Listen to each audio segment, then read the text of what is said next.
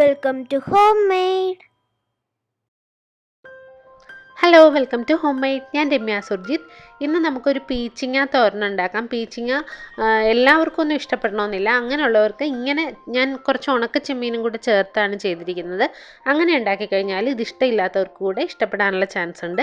അപ്പോൾ എല്ലാവരും ട്രൈ ചെയ്ത് നോക്കണം. വീഡിയോയിലേക്ക് പോകുന്നതിന് മുന്നേ നിങ്ങൾ ആദ്യമായിട്ടാണ് എൻ്റെ ചാനൽ കാണുന്നതെങ്കിൽ സബ്സ്ക്രൈബ് ചെയ്യാനും തൊട്ടടുത്തുള്ള ബെൽ ബട്ടൺ അമർത്താനും മറക്കരുത്.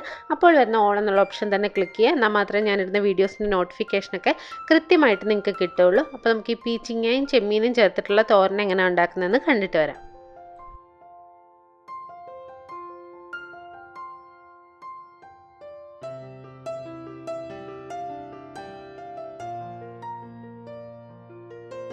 ആദ്യം നമുക്കൊരു പാൻ ചൂടാക്കാൻ വയ്ക്കാം. അതിനകത്തേക്ക് 1-2 ടേബിൾ സ്പൂൺ വെളിച്ചെണ്ണ ഒഴിച്ചു കൊടുക്കാം. വെളിച്ചെണ്ണയാണ് കൂടുതൽ ടേസ്റ്റ്.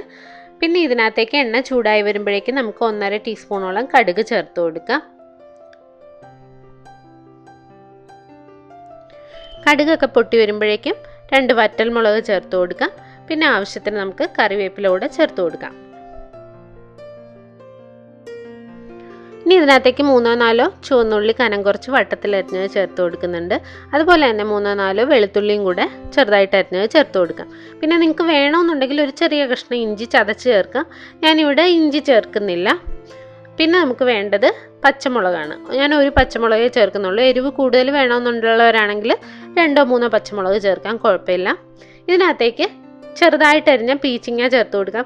ഈ പീച്ചിങ്ങ എന്താണെന്ന് പോലും ചിലർക്ക് അറിയില്ല. ഇവിടെയൊക്കെ ഇതിന് പീച്ചിങ്ങ എന്നാണ് പറയുന്നത്. ഞാൻ ഇതിൻ്റെ ഒരു പീച്ചിങ്ങ പൊള്ളിച്ചതിൻ്റെ വീഡിയോ നേരത്തെ ഇട്ടിരുന്നു. അതിൻ്റെ ലിങ്ക് ഞാൻ താഴെ കൊടുക്കാം, ഡിസ്ക്രിപ്ഷനിൽ കൊടുക്കാം. നിങ്ങൾ നോക്കുക. അത് കണ്ടു കഴിഞ്ഞാൽ പീച്ചിങ്ങ എന്താണെന്ന് മനസ്സിലാവും. അതുപോലെ തന്നെ അതെങ്ങനെയാണ് കട്ട് ചെയ്യേണ്ടതെന്നും ക്ലീൻ ചെയ്യേണ്ടതെന്നും അതിനകത്ത് കൊടുത്തിട്ടുണ്ട് കേട്ടോ. അപ്പോൾ അതൊന്ന് നോക്കിയേക്കുക. പിന്നെ ഇതിനകത്ത് നമ്മൾ ചേർക്കുന്നത് ഒരു പിടിയോളം ഉണക്കച്ചെമ്മീൻ ആണ്. ഉണക്കച്ചെമ്മീൻ തലയും വാലും ഒക്കെ കളഞ്ഞ് നന്നായി കഴുകിയെടുത്തതാണ്. അത് നമുക്കിതിനകത്തേക്ക് ചേർത്ത് കൊടുക്കാം. എന്നിട്ട് ആവശ്യത്തിന് ഉപ്പും കൂടെ ചേർത്ത് നന്നായിട്ടൊന്ന് മിക്സ് ചെയ്ത് കൊടുക്കുക. അപ്പോൾ ഇത് രണ്ടും കൂടെ ഒരുമിച്ചിട്ടാൽ മതി. നിങ്ങൾക്ക് വേണമെന്നുണ്ടെങ്കിൽ ഉണക്കച്ചെമ്മീൻ ഒന്ന് ആദ്യം വറുത്തും ചേർക്കാം. ഞാനിപ്പോൾ ഇതിൻ്റെ കൂടെ ഇട്ട് തന്നെയാണ് വേവിക്കുന്നത്. അത് നന്നായിട്ട് വെന്ത് കിട്ടിക്കോളും.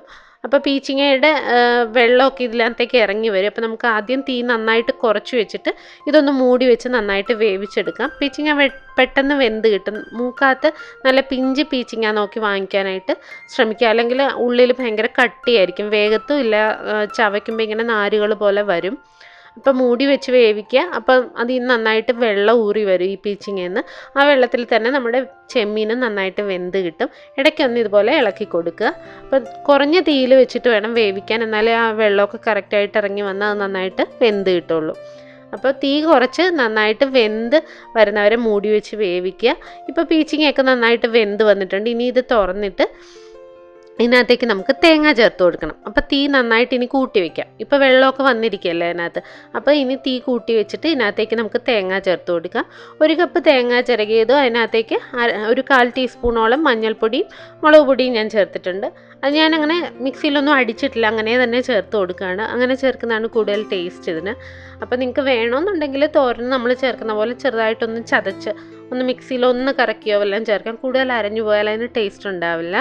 അപ്പം ഞാനിത് അങ്ങനെ തന്നെ ചേർത്ത് കൊടുക്കുകയാണ്. ഇനി ഈ തീ കൂട്ടി വെച്ചിട്ട് നമ്മൾ നന്നായിട്ട് ഇതൊന്ന് വെള്ളമൊക്കെ വലിഞ്ഞു വരുന്നവരെ 1-2 മിനിറ്റ് ഒന്ന് ചൂടാക്കി നന്നായിട്ട് ഇളക്കിയെടുക്കുക. നന്നായിട്ട് ചിക്കി ഇളക്കിയെടുക്കണം.